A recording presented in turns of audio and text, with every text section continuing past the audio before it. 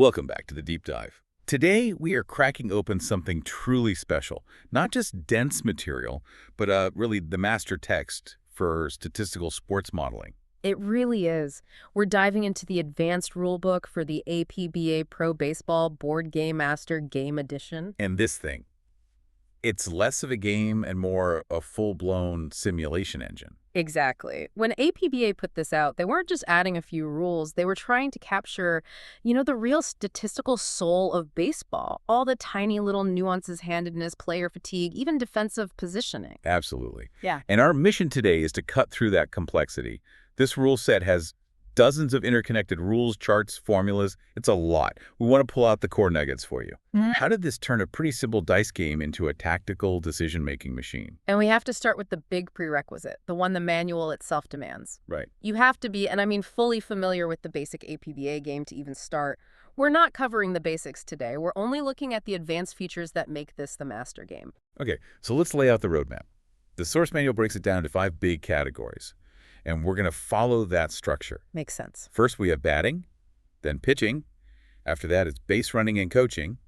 Then a whole separate section on base stealing. And finally, the one that ties it all together, fielding and defense. Perfect. So let's start where the action starts, at the plate. Right, with the batter. In the basic game, a batter is just, a card with outcomes. But the master game makes them a dynamic piece of the puzzle. Their tendencies actually affect how the defense has to set up. So the first big layer here is what they call the batting characteristic, or BC. And this isn't about how good a hitter is, it's about how they hit. It's a tendency marker, exactly. There are 4 of them. First is SA, that's your straightaway hitter. He uses the whole field. Okay. Then you have the pull hitters. PL is a left field pull hitter. PR is a right field pull hitter. Yeah, the last one. PB, that's a switch hitter who pulls the ball from both sides of the plate. So what's the big deal? How does that actually change the game? Well, these BCs are tied directly into the play result charts. So for a pull hitter, a role that might be a routine fly ball for an SA hitter could actually turn into an extra base hit because of where they tend to hit it. So as a defensive manager, you have to know that before the roll and adjust your fielders. You have to. It completely changes the probability of certain outcomes. But the most sophisticated part of the batter-pitcher matchup is the pitcher grade handicap system. And this got a major update after 1994, right? A huge one. The newer cards have 2 numbers with the slash between them. You might see something like, say, +3/-1. Okay, and this is where it gets a little tricky, because the signs, they're kind of counterintuitive. Very. You have to remember how the APBA pitcher grade works. It's a scale from 1, which is terrible, up to 30, which is elite. Got it. So that first number in the handicap, the +3 in our example, that modifies the pitcher's grade when he's facing a left-handed pitcher. The second number is for when he's facing a righty. Okay, let's break down the signs, because this is what trips everyone up. A plus sign, it actually helps the batter. Right. It hurts the pitcher. And the reason is that number gets subtracted from the pitcher's grade. So if you have a pretty good grade 9 pitcher and he's facing a batter with that +3 handicap, He suddenly becomes a great pitcher. He's instantly worse. exactly. And the opposite is true for the minus sign.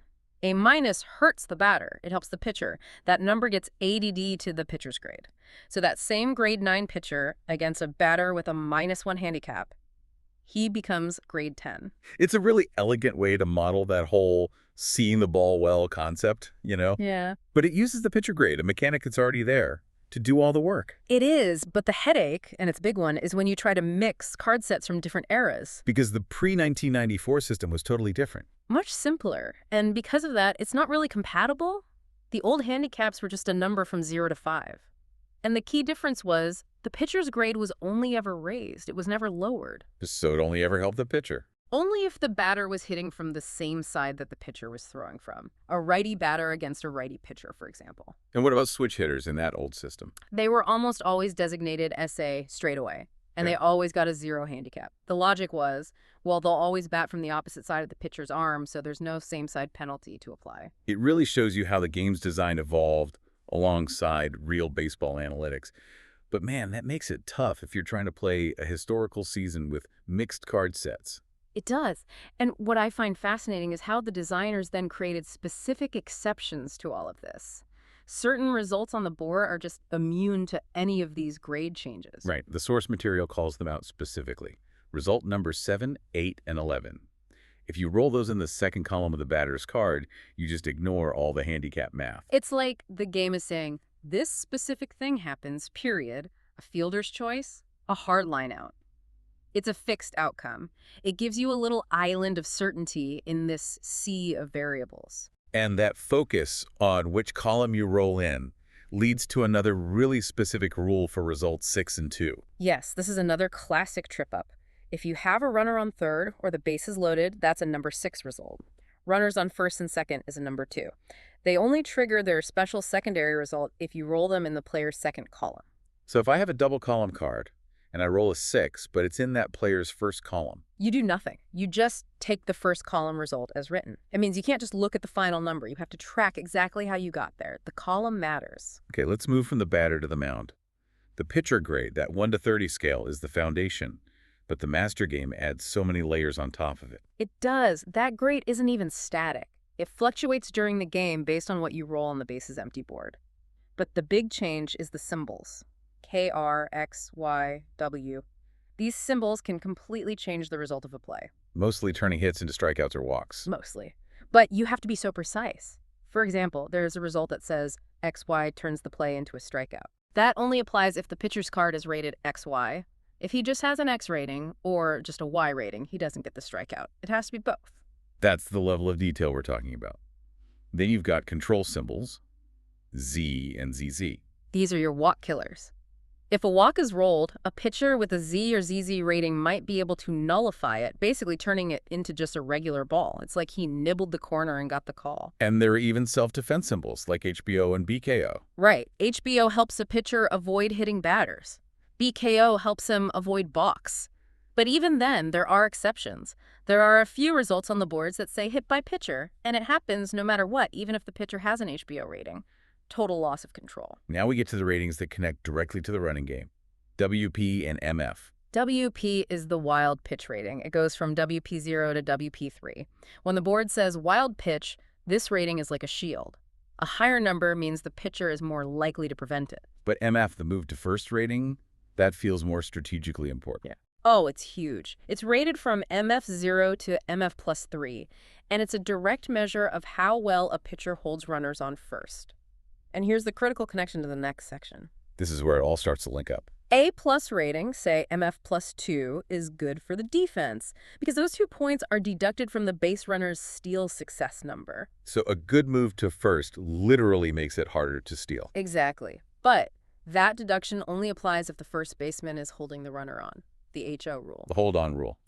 And that's a choice the manager has to make before the pitch. Hold on or not held. Right. If you choose not held, NH, you might get better fielding position, but you completely give up your pitcher's MF advantage. It's a constant trade-off. Beyond that, we've got symbols like G, H, L, and M that come into play on the pitching change tables. Yeah, these are fascinating. They model how well a pitcher manages hard contact. If a pitcher has a G or H rating, he can actually turn a home run result into a double. And the opposite for L or M. You got it. A pitcher with an L or M rating can see a double turn into a home run. It's like he's prone to giving up the long ball even on hits that shouldn't leave the park. It just adds another layer of variance. But if we're talking about real, game-changing variance, we have to talk about pitcher fatigue, the QR rating. This is, without a doubt, the biggest single factor that can change a pitcher's grade during a game. The QR rating tells you when the fatigue starts. Starters have Q ratings, Q0 to Q4. Relievers have a Q-star rating. Right, so a Q3 starter, for example, starts losing points from his grade at the beginning of the 7th inning. A Q1 star reliever starts to get tired after he's recorded his 4th out of work. And it's not just 1 point. It gets worse over time. He accelerates. A Q2 pitcher loses a point in the 8th, another point in the 9th, and then 2 more points for every inning after that. I mean, if he somehow pitches 11 innings, his grade is down by 7 points. A great pitcher becomes completely hittable. But here's the genius part, the strategic core of it. The earned run loophole. This is what makes managing a pitching staff so tense. As long as a starting pitcher has allowed 0, and I mean 0, earned runs, he is completely immune to fatigue. So he could be a Q4 pitcher who should be tired in the 6th inning, but if he's throwing a shutout, he can go 10, 11, 12 innings at full strength. Full strength. Mm-hmm. But the second he allows that first earned run, the clock strikes midnight. So what happens? The full cumulative reduction he's been avoiding gets applied all at once at the start of the very next inning. Okay, walk me through that. Give me an example. Okay, let's take that Q3 starter. He should start losing points in the seventh. Let's say he pitches a clean seventh and a clean eighth, but he's got a shutout going. He has accrued 2 fatigue points he's been ignoring. One for the seventh, one for the eighth. Right. Then, in the bottom of the eighth, he gives up a solo home run, 1 earned run. Now, when he comes out for the ninth inning, his grade is instantly reduced by 4 points. Whoa. Where does 4 come from? The 2 points he had already accrued, plus the 2 new points he gets for starting the ninth. It's a cliff. He goes from being great to being incredibly vulnerable in the space of 1 earned run. That is a brilliant piece of game design. It perfectly models that pitcher who's cruising until he finally gets tagged, and then he just hits a wall. And as the manager, you're constantly doing that math in your head. Do I pull him now while he's still strong, or do I risk that catastrophic collapse to save my bullpen? It's a brutal decision. And just to be clear, for relievers, their inning is just 3 outs, right? Not a full game inning. Correct. You have to track their outs meticulously. You can't let your star reliever accidentally trigger his fatigue reduction right before he has to face the other team's best hitter. All right, so that's the pitcher. Now let's look at what happens when the ball is in play. Base running.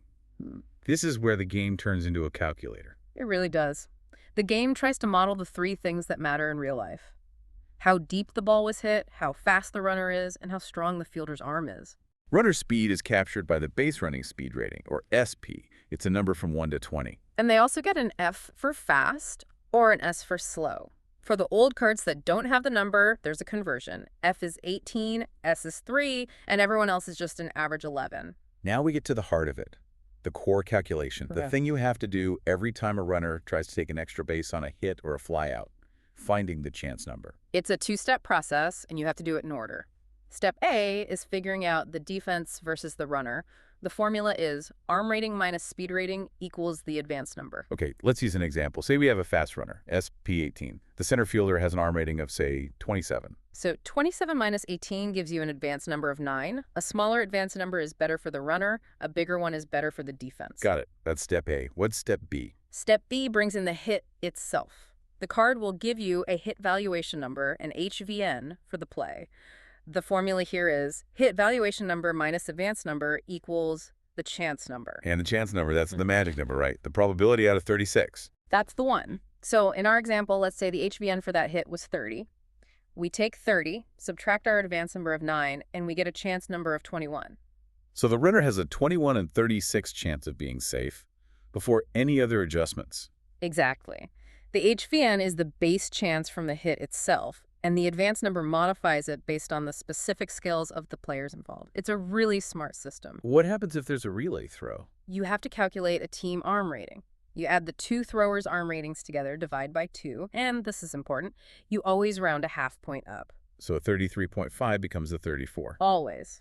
And if the board lists multiple HVNs for a play, you have to roll 1 die first to see which set of numbers you even use. And what if multiple runners are trying to advance? The defense has to declare out loud which runner they are trying to throw out. Any runner they don't play on is automatically safe. You can't just wait and see. Okay, so once we have that initial chance number, there are still adjustments to make. A few small but crucial ones. You add 1 point to the chance number if a runner on first isn't being held on, the NH rule. Unless he's a slow runner, an S-rated runner. Right, non-S runners only. And you subtract points if the runner is being held on and the pitcher has a great move to first. -1 for an MF +2, -2 for an MF +3. It's all connected. The pitcher's move to first affects not just stealing, but regular base running too. Every piece of data on that card matters. And there's even a rule for the rare case where a runner tries for 2 extra bases. Like trying to score from first on a single. Exactly. If your calculated chance number is 36 or higher, the first extra base is automatic. If it's, say, 50, you might try for a second one. The formula is just the original chance number minus 36. So 50 minus 36 gives you a new chance number of 14 for that second attempt. So you have a 14 and 36 shot at that second base. It models how much harder that next base is to take. It does. It's all about diminishing returns. Okay, that's the core math. Now let's get into the really deep tactical stuff. The decisions managers have to make that can completely change these calculations, like the cutoff play. This is a huge one. It's an optional defensive move. You can have an infielder cut off a throw from the outfield that's going to third or home. Why would you do that? To try and get a different runner, one who is trying to advance on the throw itself. But there's a massive mandatory trade-off. And what's that? If you declare you're cutting off the throw, the runner who is advancing on the original hit is automatically safe. You just concede that base. But you have to just give them the base just for a shot at the other guy? You have to. That's the cost. But the reward is huge. Yep. The runner who's advancing on the throw, his chance number is reduced by 15 points. 15. That's enough to make almost any play impossible. It can turn a 25 and 36 chance into a 10 and 36 chance. And here's the kicker. If that 15-point deduction makes his chance number 0 or less, he is automatically out. No roll needed. And no chance for a drop throw. No chance. That is the one and only time the drop throws table is not used. The play was just so far in front of him, and error isn't even a possibility. Wow. That's a high-stakes gamble. Then we have the pre-pitch declarations, the coaching decisions. Every pitch, the defense has to declare HO or NH at first. And if there's a runner on third, they have to declare C or D, infield in or infield deep. And the offense gets a counter move to that. They do. If there's a runner on third with less than 2 outs and the defense brings the infield in the C declaration, the offense can choose to hold the runner at third. They have to decide before the pitch. And why would they give up the chance to score? Because of the grounder rule. If you hold the runner and the batter hits a ground ball that would normally result in a play at the plate, the throw automatically goes to first base instead. So you get the batter out, but the run doesn't score. Exactly. The batter is out and all the runners hold. It models the defense taking the guaranteed out instead of the risky play at home. It's a really smart tactical layer. Okay, the last piece of this tactical puzzle is maybe the most confusing rule in the whole book. The third out rule. Ah, yes. Did the run count? This is what you use when the third out is made on the bases and the board doesn't tell you if the run scored first. It all comes down to comparing how many bases the scoring runner tried to advance versus how many bases the guy who got out tried to advance. It's pure conditional logic. Let's walk through the 4 rules slowly. Rule 1. If the scoring runner attempted fewer bases than the retired runner, the run counts. So runner on third tries to score. That's 1 base. Runner on first gets thrown out trying for third. That's 2 bases. 1 is less than 2. The run counts. Perfect. The run was home long before the out was made. Rule 2. If the scoring runner attempted the same number of bases as the retired batter, the run also counts. Okay. Rule 3 is where the dice come in. If the scoring runner attempted the same number of bases as another retired runner, you roll 1 die. 1 through 4, the run counts. 5 or 6, it doesn't. A little bit of random chance. And the last one. Rule 4 is the easy one. If the scoring runner attempted more bases than the retired runner, the run never counts. So runner scores from first, trying for 3 bases. Batter gets thrown out trying to stretch a single into a double, trying for 1 base. 3 is more than 1, no run. You've got it. You have to track bases attempted, not just where they ended up. It's incredibly detailed. Okay, let's move on to the pure art of the steal. This is another section full of calculations, but this time it's all about the net steal success number. It is, and it starts with whether a player is even allowed to steal. That's governed by their steal allowance letter, the SAL. It's a letter from A through G, or R for rare, or N for none. And that letter tells you, based on the steal allowance chart, if he can even try to take second, third, or home. And it also limits the hit and run play. If you're an R or N runner, no hit and run. If you're a G, your raw steal success number has to be below 28 to even try it. It keeps slow runners from making bad decisions. So let's talk about that SSN, the steal success number. That's the probability out of 36, just like the chance number. Correct. On the old cards, you'd find it by rolling a die and adding it to a base number from your SIL. A-rated stealers had a base of 25, so their SSN would be somewhere between 26 and 31. So a great stealer is always going to have a high number. But the manager's job is to figure out the net SSN after all the adjustments. Before the dice roll, that's the key. So let's list the adjustments for stealing second. This is where the pitcher's MF rating and the catcher's tooth rating come together. And they penalize the runner, They right? make the steal harder. They do. The pitcher's MF rating, if it's MF plus 1, plus 2, or plus 3, reduces the SSN by 1, 2, or 3 points. And the catcher's throwing rating, the PNH, can reduce it by another 1 to 6 points. So a great defensive battery, a pitcher with a great move, and a catcher with a cannon arm could knock 9 points off the SSN before the runner even takes his lead. Easily. But the offense can get some points back. A bad throwing catcher, one with a negative tooth rating, actually adds points to the SSN. And there are situational bonuses too. 2 big ones. You get +2 points if the runner is not being held on. And you get +1 point if there's also a runner on third base, which distracts the defense a little. So that's the tactical choice again.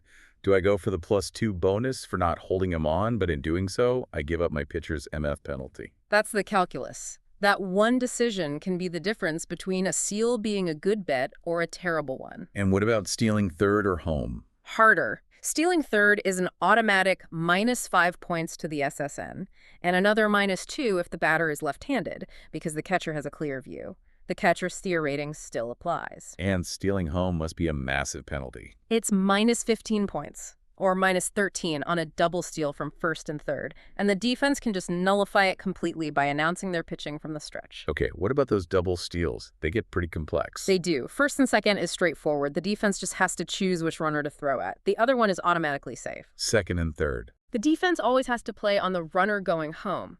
But if they want to prevent the attempt by pitching from the stretch, their pitcher loses 2 grade points for that inning and the next.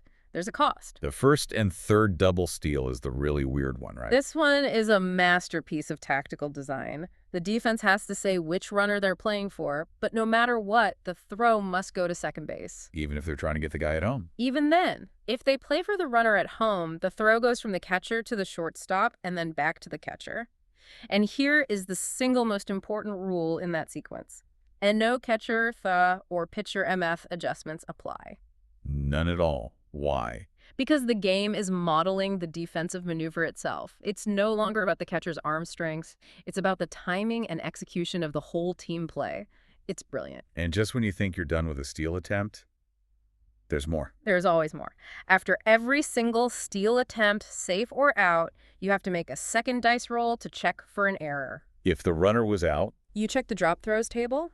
If the fielder's rating matches the roll, he dropped the ball. The runner is safe, and the fielder gets an error. and if the runner was safe, You check the wild throws table. If the catcher's rating matches the roll, his throw was wild, and then you have to roll the dice a third time to see what happens because of the wild throw. It's a cascading system of potential failure. incredible. Okay, final section. Defense, errors, and all the other modifiers that make this game so deep. And it starts with the most important chart for defense, the fielding column finder chart. This is what you use when a batted ball result is a fielding number, like 15 or 28 or 41. Right. It tells you which of the 3 final play result columns to use. You have to roll the dice again and match that roll against the fielder's specific rating at that position. It's modeling if that specific player can handle that specific play. And the chart also uses team-wide ratings, T for team fielding and IF for infield fielding. Yeah, you have to calculate those before the game. You add up the ratings of all your players to see if you qualify as a top-tier defensive team, which gives you an advantage on the chart. Let's talk about the ratings themselves. Arm ratings for position players go from 21 to 40. And again, you need a conversion table for the old cards. An old outfielder 3 card translates to a modern 37 arm rating. You have to do that conversion for the base running math to work correctly. Catchers are a special case, though. They have unique ratings. 2 of them, the 3 throwing rating, which we've talked about for steals, and the PB or passed ball rating from PB0, which is great, to PB3, which is terrible. And the old card conversion for them is also really specific. A catcher 9 on an old card becomes a TH plus 5 and a PB0, an elite defensive catcher. Whereas a catcher 5 becomes a TH3 and a PB3. A huge liability. Those old numbers contain a ton of information. Now, there's an optional rule here that adds another layer of realism, or maybe just chaos, the official scorer rule. Yeah, this uses the error het modification table. You only use it for results 15 through 23, the ones that could be either a hit or an error. What does it do? It's a matrix based on the league's tendency for errors and the number of outs. You check the table, and if it says E, a result that was a hit might get changed to an error. If it says H, an error might get changed to a hit. So it adds the judgment of the official scorer into the game, but you don't have to use it. Right. And you are never supposed to use it on tactical plays like hit and runs or sacrifices. The designers wanted those plays to have predictable outcomes. Okay, let's wrap up with the really rare stuff. Rare plays, injuries, and rain. The rare play, or RP boards, are pretty simple. When a result tells you to go there, you do. It just requires 2 more dice rolls. One for the line on the chart and another to use the fielding column finder chart. And injuries are tied to a player's J factor, right? J0 to J4. Exactly. J0 is minor. You roll a die. Odd. He's out of the game, but back for the next one. even he can stay in. But J1 to J4 is serious. Very. You rolled both dice and look at the injury duration table. A J4 player could end up missing 30 or 40 games. It can wreck your season. And there's even a rain delay rule. A quick one, yeah. On certain rare play results, there's a rain delay. And the rule says that pitchers who stay in the game after the delay might have to face a certain number of batters, modeling that loss of rhythm after a long break. You know, when you lay it all out like that, Yeah. all the acronyms, SA, SSN, QR, TH, it's just staggering. It is. The Master Game isn't just a bunch of extra rules. It's a completely integrated system. Everything depends on everything else. A pitcher's move to first rating interacts with the catcher's arm, which affects the steal success number. And that same runner's speed interacts with a fielder's arm and the hit valuation number to create a totally separate number, the chance number. It's a web. And that web forces you, the manager, to think about baseball not as a series of one-off events, but as a continuous flow of interconnected probabilities. You're not just moving pieces, you're managing a statistical ecosystem. And you're always making trade-offs. That's the core challenge. Do I make the cutoff play and give up a guaranteed base for a chance at a bigger out? Do I push my starter one more inning and risk that massive fatigue penalty? The question the game is constantly asking you isn't just whether he's safe, it's how many different variables, from the pitcher's fatigue right down to the catcher's throwing arm, had to line up just right to calculate that final, crucial chance number? And how much risk did you choose to accept along the way? That's it. That relentless pursuit of statistical truth, of modeling every possible interaction, that's what makes this a true simulation. It's a profound level of respect for the complexity of the sport itself. You have to be an analyst and a manager on every single role.